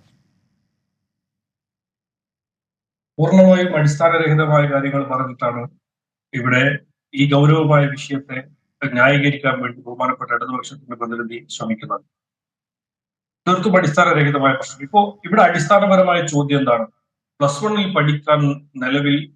വണ്ണിലെ പഠിക്കാൻ കുട്ടികൾക്ക് നിലവിൽ സീറ്റില്ല. വലിയ രൂപത്തിലുള്ള സീറ്റ് പ്രതിസന്ധി ഉണ്ടാകും. അപ്പൊ അദ്ദേഹം അതിന് മറുപടിയായി പറയുന്നത് പൂർണ്ണമായും അടിസ്ഥാനരഹിതമായ കാര്യങ്ങൾ ഉന്നയിച്ചുകൊണ്ടാണ് അദ്ദേഹം അതിനെ ന്യായീകരിക്കാൻ വേണ്ടി ശ്രമിക്കുന്നത്. എത്ര ബാലിശമായ വാദങ്ങളാണ് അദ്ദേഹം ഈ വിഷയവുമായി ബന്ധപ്പെട്ടിട്ട് ഉന്നയിക്കുന്നത്? ഞാൻ ചോദിക്കട്ടെ, ഇവിടെ പറയുന്ന ഒരു പ്രധാനപ്പെട്ട പ്രശ്നം എന്ന് പറയുന്നത് ഈ തിരികെ ചർച്ചയിലേക്ക് ഞാൻ ബിനേഷിലേക്ക് ഒരിക്കൽ കൂടി പോകുന്നു. ബിനേഷ്, ഇപ്പോൾ ഇതൊരു വലിയ പ്രതിസന്ധിയാണ് എന്നത് നമുക്കറിയാവുന്ന കാര്യമാണ്. 32,410 പേരാണ് മലപ്പുറത്ത് മാത്രം. അതുകൂടാതെ ഈ പലയിടങ്ങളിലും പാലക്കാടും കോഴിക്കോടും ഒക്കെ സ്ഥിതി ഗുരുതരമാണ് എന്നതിൻ്റെ കണക്കുകൾ. കോഴിക്കോടൊക്കെ 11,000-ലേറെ പേർക്ക് സീറ്റില്ല എന്നൊക്കെ വരുന്നുണ്ട്. അപ്പോൾ നമ്മളിത് ഈ തരത്തിലേക്ക് ഇത്തവണയും മുന്നോട്ട് പോകുമെന്ന സൂചന തന്നെയാണോ? നിങ്ങൾ ഈ വിഷയത്തിൽ ഇടപെട്ടിട്ടുണ്ടോ എന്ന് എനിക്കറിയില്ല. SFI ഒക്കെ ഈ വിഷയത്തിൽ ഇടപെട്ടതാണ്. ഇതിൽ പരിഹാരം വേണമെന്ന് പറഞ്ഞുകൊണ്ട് തന്നെ സർക്കാരിന് അവർ നിവേദനം നൽകുകയൊക്കെ ചെയ്തിട്ടുള്ളതുമാണ്. അപ്പോൾ ഈ വിഷയം എങ്ങനെ ഇത് പരിഹരിക്കണം എന്നതിൽ കൃത്യമായി ഇപ്പോൾ ഈ കാർത്തികേയൻ കമ്മിറ്റിയൊക്കെ അത് പറഞ്ഞിട്ടുണ്ട്. താൽക്കാലിക ബാച്ച് അല്ല പരിഹാരമെന്ന്. അതിലേക്ക് എപ്പോഴാണ് സർക്കാർ പോവുക എന്ന് നമുക്കറിയില്ല. പക്ഷേ ഇക്കുറി അത് ഏത് രീതിയിലേക്ക് പോകുമെന്നാണ് നിങ്ങൾക്ക് മനസ്സിലാക്കാൻ കഴിഞ്ഞിട്ടുള്ളത്? കേൾക്കാമോ മാഡം ഞാൻ പറയുന്നേ? കേൾക്കാം ബിനേഷ്, പറയൂ. ഓക്കെ. ഈ ആശങ്കകളെല്ലാം ഒരാഴ്ചക്കുള്ളിൽ അവസാനിക്കുന്ന ആശങ്കകളാണ്, ഒരു തർക്കവും വേണ്ട. പ്രത്യേകിച്ച് ഏറ്റവും മിടുക്കരായ 10ാം ക്ലാസ്സിൽ നിന്നും ഉപരിപഠനത്തിന് യോഗ്യത നേടിയ മുഴുവൻ കുട്ടികളെയും, മിടുക്കർ എന്ന് പറഞ്ഞാൽ ഉപരിപഠനത്തിന് യോഗ്യത നേടിയ മുഴുവൻ കുട്ടികൾക്കും സാധ്യമായ വിദ്യാഭ്യാസ അവസരങ്ങൾ ഈ കേരളത്തിൽ ഉണ്ടാകും, സൃഷ്ടിക്കാൻ സർക്കാർ പ്രതിജ്ഞാബദ്ധമാണ്. നോക്കൂ, 2022-ൽ 105-ഉം 2023-ൽ 129-ഉം ഹയർ സെക്കൻഡറി ബാച്ചുകളിൽ 25-ൽ താഴെ മാത്രമാണ് കുട്ടികൾ. ഞാൻ നേരത്തെ സൂചിപ്പിച്ചതുപോലെ അശാസ്ത്രീയമായി മാനദണ്ഡങ്ങളില്ലാതെ ഹയർ സെക്കൻഡറി ബാച്ചും കോഴ്സും അനുവദിച്ചതിന്റെ ഭാഗമായി മതിയായ കുട്ടികളില്ലാതെ പ്രതിസന്ധിയിലായ നിരവധി വിദ്യാലയങ്ങൾ, അവിടെയുള്ള അധ്യാപകർ, അവരുടെ ആശങ്കകൾ, അതെല്ലാം പരിഹരിച്ചുകൊണ്ടേ സർക്കാരിന് മുന്നോട്ട് പോകാൻ വേണ്ടി കഴിയും. അല്ല, ഇപ്പൊ ഈ സർക്കാർ 8 വർഷമായല്ലോ ഈ സർക്കാർ ഇത്രത്തോളം അവസരങ്ങൾ വിദ്യാർത്ഥികൾക്ക് കൊടുത്ത ശാസ്ത്രീയമായ സമീപനങ്ങളുമായി മുന്നോട്ട് നീങ്ങുന്ന LDF സർക്കാരിനെ സംബന്ധിച്ചിടത്തോളം പൊതുവിദ്യാഭ്യാസ സംരക്ഷണ യജ്ഞം പ്രഖ്യാപിച്ച് മുന്നോട്ട് തുടരുകയാണ് വിദ്യാകരണ പദ്ധതിയിലൂടെ. അതുകൊണ്ട് ഈ ആശങ്കകൾ മുഴുവൻ പരിഹരിക്കും. ഇപ്പോ സാങ്കേതികമായി ഓരോ ഘട്ട അലോട്ട്മെന്റുകൾ വരുമ്പോൾ സ്വാഭാവികമായും പൂർത്തിയാക്കപ്പെടുന്നില്ല. അലോട്ട്മെന്റുകൾ പൂർത്തിയാകുന്ന മുറയ്ക്ക് ഈ നിലവിൽ ഇപ്പോൾ ഉന്നയിക്കപ്പെടുന്ന സീറ്റുകളുടെ പരിമിതിയുമായി ബന്ധപ്പെട്ട വിഷയങ്ങൾ പരിഹരിക്കപ്പെടും. ആദ്യഘട്ടം മാർജിനൽ ഇൻക്രീസിംഗിന്റെ ഭാഗമായും പിന്നീട് തർക്കമൊന്നും വേണ്ട, ഇതിന് ആത്യന്തികമായിട്ടുള്ള പരിഹാരം എന്ന് പറയുന്നത് ശാസ്ത്രീയമായ പഠനങ്ങൾക്ക് വിധേയമാക്കിക്കൊണ്ട് അധ്യാപക വിദ്യാർത്ഥി അനുപാതം പുനഃക്രമീകരിച്ച് സാധ്യമായ കുട്ടികളുടെ എണ്ണത്തിനനുസരിച്ച് അവരുടെ താല്പര്യത്തിന്റെ അടിസ്ഥാനത്തിലുള്ള കോഴ്സുകളും ബാച്ചുകളും ആവശ്യമെങ്കിൽ അനുവദിക്കണോ വേണ്ടയോ, അതെല്ലാം വിവിധങ്ങളായിട്ടുള്ള സമിതികളുടെ പഠനത്തിന് വിധേയമായി ചെയ്യേണ്ടതാണ്. വിവിധ രാഷ്ട്രീയ പാർട്ടികൾ അവരുടെ ആവശ്യങ്ങളൊക്കെ ഇപ്പോ നിയമസഭയ്ക്കകത്ത് ചർച്ച ചെയ്യുന്നു. നിയമസഭയ്ക്ക് മുമ്പാകെ വെക്കുന്ന ഡോക്യുമെന്റ്സുകളെല്ലാം ആധികാരികതയുള്ളതാണല്ലോ. അതിന്റെ അടിസ്ഥാനത്തിൽ ഒരു തർക്കവും വേണ്ട. ഇപ്പോ കേരളത്തിന്റെ ബഹുമാനപ്പെട്ട പൊതുവിദ്യാഭ്യാസ വകുപ്പ് മന്ത്രി 24-ന് ക്ലാസ് ആരംഭിക്കുമെന്ന് പറയുമ്പം അതൊരു ഇച്ഛാശക്തിയാണ്. ഏറ്റവും വേഗത്തിൽ ക്ലാസ് തുടങ്ങുന്നു. ആ ക്ലാസ് തുടങ്ങുന്നതിന് മുന്നേ തന്നെ ഈ കുട്ടികളുടെ പ്രവേശനവുമായി ബന്ധപ്പെട്ട പഠന തുടർച്ചയുമായി ബന്ധപ്പെട്ട പ്രശ്നം പരിഹരിക്കുമെന്ന കാര്യത്തിൽ ഒരാശങ്കയും വേണ്ടതില്ല. മാത്രമല്ല, നമ്മൾ കാണേണ്ടത് മറ്റു വിദ്യാലയങ്ങൾ, മറ്റു സ്ഥാപനങ്ങൾ, ITI ഉണ്ട്, പോളിടെക്നിക് ഉണ്ട്, വൊക്കേഷണൽ ഹയർ സെക്കൻഡറി ഉണ്ട്, അവിടങ്ങളിലെല്ലാം സീറ്റുണ്ട് എന്നത് യാഥാർത്ഥ്യമാണ്. നിരവധി കുട്ടികൾ അത്തരം മേഖലകളിലേക്ക് പോകുന്ന കുട്ടികളുണ്ടാകും. കോൾ കേരള വഴി രജിസ്റ്റർ ചെയ്ത് ഉപരിപഠനം തുടർന്നു കൊണ്ടുപോകാൻ കഴിയുന്ന മറ്റൊരു സാധ്യത കൂടി നമ്മുടെ മുമ്പിലുണ്ട്. അപ്പൊ അതുകൊണ്ട് 10ാം ക്ലാസ്സിൽ നിന്നും +1 പഠിക്കണം എന്ന് ആഗ്രഹിക്കുന്ന കുട്ടിക്ക് അതിനുള്ള അവസരം ഉറപ്പുവരുത്തും. ഈ അടിസ്ഥാനരഹിതമായി ആശങ്കകൾ വിതച്ച് താൽക്കാലികമായി രാഷ്ട്രീയ ലാഭം കൊയ്യാനുള്ള ചില നീക്കം, ഇതിനുള്ള ആഗ്രഹം, അത് താൽക്കാലികമാണ്. അതെല്ലാം പരിഹരിച്ച് ഗവൺമെന്റ് മുന്നോട്ട് പോകും. നമ്മൾ വീണ്ടും മനസ്സിലാക്കേണ്ടത്, കഴിഞ്ഞ വർഷം പോലും ഇത്രയേറെ ചർച്ച ചെയ്തിട്ടും 5006 സീറ്റുകൾ ഹയർ സെക്കൻഡറി മേഖലയിൽ ഒഴിഞ്ഞു കിടന്നുമില്ലയോ. അപ്പൊ അതുകൊണ്ടാണ് ആവർത്തിക്കുന്നത്, സീറ്റുകൾ ആവശ്യത്തിലേറെ നിലവിൽ കേരളത്തിലുണ്ട്. പക്ഷേ അനുവദിച്ചതുമായി ബന്ധപ്പെട്ട അപാകത, അത് പരിഹരിക്കാനുള്ള നല്ല ശ്രമം, ശാസ്ത്രീയമായ പരിശ്രമം നടത്തുന്നു കേരളത്തിലെ ഗവൺമെന്റ്. അതിനു വേണ്ടിയിട്ടാണ് വിവിധ സമിതികൾ. പിന്നെ ദേശീയ വിദ്യാഭ്യാസ നയവും അതുപോലെ തന്നെ നമ്മളുടെ മാറി വരുന്ന പുതിയ കാലത്തെ വിദ്യാഭ്യാസ സമ്പ്രദായങ്ങളും എല്ലാം നല്ല നിലയ്ക്ക് പരീക്ഷണ നിരീക്ഷണങ്ങൾക്ക് വിധേയമാക്കി അധ്യാപക വിദ്യാർത്ഥി അനുപാതം ഉൾപ്പെടെ കാലോചിതമായി പരിഷ്കരിക്കും. ഗവൺമെന്റ് മുന്നോട്ട് പോകും. KST ഉൾപ്പെടെ ഇപ്പോ ഈ മുദ്രാവാക്യം ഉൾപ്പെടെ വെച്ചുകൊണ്ട് ജൂലൈ മാസം 27-ാം തീയതി സംസ്ഥാന വ്യാപകമായ പ്രക്ഷോഭം സംഘടിപ്പിക്കുകയാണ്. അതുകൊണ്ട് ഞങ്ങളെ സംബന്ധിച്ച് വളരെ കൃത്യമായ നിലപാട്, ഏത് വിഷയത്തിലാണ് പ്രക്ഷോഭം ബിനേഷ്? ശാസ്ത്രീയമായി പുനഃക്രമീകരിക്കണം. ഈ ജൂലൈ മാസം 27-ാം തീയതി സംസ്ഥാനത്ത് സെക്രട്ടേറിയറ്റിലേക്കും ബാക്കി 13 ജില്ലകളിൽ തെരഞ്ഞെടുക്കപ്പെട്ട ജില്ലാ കേന്ദ്രങ്ങളിലേക്കും വിവിധങ്ങളായ ഡിമാൻഡുകൾ ഉന്നയിച്ച് മാർച്ച് നടത്തുമ്പോൾ ഈ മേഖലയ്ക്കകത്തെ പ്രശ്നങ്ങൾ ശാശ്വതമായി പരിഹരിക്കണം എന്നുള്ള ഡിമാൻഡ് കൂടി ഞങ്ങൾ ഉൾച്ചേർത്തിട്ടുണ്ട് എന്നുള്ളതും ഇതിന്റെ ഭാഗമായി നിങ്ങൾ മനസ്സിലാക്കി പോകേണ്ടതാണ്. ഇവിടെ ചിലരൊക്കെ പറഞ്ഞു അടിസ്ഥാനരഹിതമാണ് കണക്കുകളെന്ന്. ഏത് വർഷത്തെ വേണമെങ്കിലും SSLC പാസ്സായ കുട്ടികളുടെ എണ്ണവും +1 അഡ്മിഷൻ നേടിയ കുട്ടികളുടെ എണ്ണവും ഇനം തിരിച്ചു പറയുന്നതിന് നമ്മൾ തയ്യാറാണ്, സംഘടന. വളരെ കൃത്യമായ ഡാറ്റകൾ വെച്ച് നമുക്ക് പറയാൻ വേണ്ടി കഴിയും. അപ്പൊ അതുകൊണ്ട് ആശങ്ക പരത്തിവിട്ടത് കൊണ്ടായില്ല, മറിച്ച് പ്രശ്നങ്ങൾക്ക് പരിഹാരം, ശാശ്വതമായിട്ടുള്ള പരിഹാരം കാണണം. ആ പരിഹാരം കാണാനുള്ള ഇത് പരിഹാരം കാണുക എന്ന് പറയുമ്പോൾ ബിനേഷ്, താങ്കൾക്ക് അറിയാവുന്നതല്ല, അത് അത്ര എളുപ്പമല്ല. കാരണം ഇപ്പൊ ഈ താൽക്കാലിക ബാച്ച് എന്നുള്ള രീതിയിൽ അങ്ങനെ അത് തുടർന്നു പോകുന്നത് അത് എളുപ്പമാകാം, പക്ഷേ അതല്ല അതിനുള്ള പരിഹാരം. അത് സ്ഥിരം ബാച്ച് എന്നുള്ളത്.